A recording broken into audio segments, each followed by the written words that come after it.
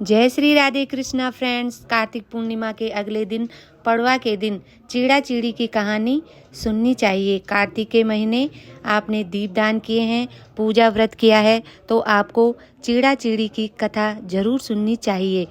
तो दोस्तों, सबसे पहले हमारी ज़िंदगी का सपना अपना एक खुद का घर बनाना होता है। घर चाहे छोटा हो या बड़ा, अपना एक खुद का घर होना एक सौभाग्य की बात है। तो दोस्तों, कार्तिक मास के अगले दिन यानी पड़वा के दिन चीड़ा चीड़ी की कहानी सुनने से हमें घर की प्राप्ति होती है। तो दोस्तों, मात्र कहानी सुनने से हमें घर की प्राप्ति नहीं होती, हमें खुद की मेहनत पे पूरा विश्वास होना चाहिए और भगवान पर पूरी आस्था होनी चाहिए। जिस मनुष्य को खुद पर और भगवान पर पूरा विश्वास हो, उसकी हर मनोकामना पूर्ण होती है। जिसका विश्वास अटल होता है, उसका हर काम पूरा होता है, ये मेरा मानना है। तो चलिए, चीड़ा चीड़ी की कहानी सुनने के लिए हमें घर की एक आकृति बनानी होती है।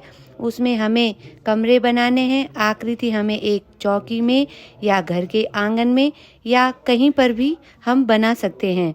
मैंने अपने मंदिर में बना रखा है।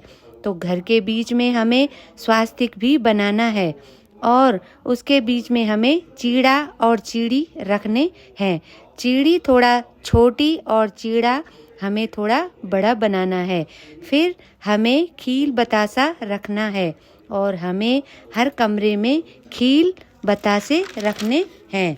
उसके बाद हमें हर कमरे में दिए रखने हैं और पूरे घर में रोशनी करनी है। फिर घर के गेट में हमें दिए रखने हैं। फिर चीड़ा और चीड़ी को रोली से तिलक करना है और वस्त्र के रूप में कलावा बांधना है। फिर हमें फूल चढ़ाने हैं। अब हमें भगवान विष्णु को खिचड़ी का भोग बनाना है और खिचड़ी दान करनी होती है। अब हमें हाथ में खीर रखकर कहानी सुननी है। तो आइए अब चीड़ा चीड़ी की कहानी सुनते हैं। 4 चिड़िया थी। चारों कार्तिक मास में नहाने जाती थी। पड़वा के दिन चारों चिड़ियाओं ने सोचा, चलो खिचड़ी बनाते हैं। एक चिड़िया चावल ले आई, दूसरी चिड़िया दाल ले आई, तीसरी चिड़िया घी ले आई, चौथी चिड़िया नमक ले आई। चारों ने मिलकर खिचड़ी बनाई। सबने सोचा पहले नहा लिया जाए। सब नहाने चली गई। पहले एक चिड़िया आई, उसे भूख लगी हुई थी। उसने खिचड़ी का भाप लिया। दूसरी चिड़िया आई, उसने पानी पिया। तीसरी चिड़िया आई, उसने खिचड़ी खा ली। चौथी चिड़िया आई, उसने खुरचन खा ली। चारों चिड़िया मर गई। जिस चिड़िया ने भाप खाई थी वह राजा के घर राजकुमारी बनी। जिस चिड़िया ने पानी पिया था कुम्हार के घर पैदा हुई। जिस चिड़िया ने खिचड़ी खाई थी उसने ब्राह्मण के घर जन्म लिया और जिस चिड़िया ने खुरचन खाई थी वह हथनी बनी। कुम्हार की लड़की राजा के यहाँ दासी बनी। ब्राह्मण की लड़की राजकुमारी सहेली बनी। हथनी भी राजा के यहाँ थी। राजकुमारी को अपने पिछले जन्म की सारी बातें याद थी।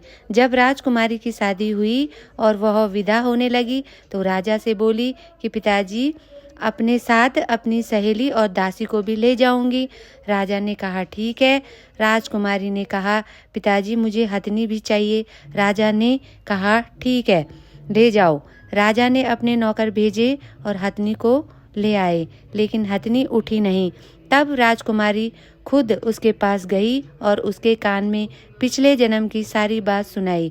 सुनकर हथनी तुरंत उठ गई। राजकुमार यह सब कुछ देख रहा था। उसने कहा, तुम कौन हो और हथनी के कान में क्या कहा? जिसके सुनकर हथनी खड़ी हो गई। राजकुमारी ने कोई जवाब नहीं दिया। राजकुमार ने कहा कि सब बता दो, नहीं तो तुम्हारा सर काट दिया जाएगा। तब राजकुमारी ने राजकुमार को पिछले जन्म की सारी बातें बता दी। राजा ने भी सारी बातें सुनी और कहा कि अगर कार्तिक स्नान का इतना महत्व है और इतना फल मिलता है तो हम भी जोड़े में कार्तिक स्नान करेंगे और खूब पुण्य और दान करेंगे। फिर राजकुमारी ने अपने पिता से पिछले जन्म की सारी बातें बताई। तब राजा रानी ने कहा, कार्तिक नहाने से इतना फल मिलता है कि चिड़िया से मनुष्य का जन्म मिल गया, तो हम भी जोड़े से कार्तिक स्नान करेंगे, खूब दान पुण्य किया करेंगे।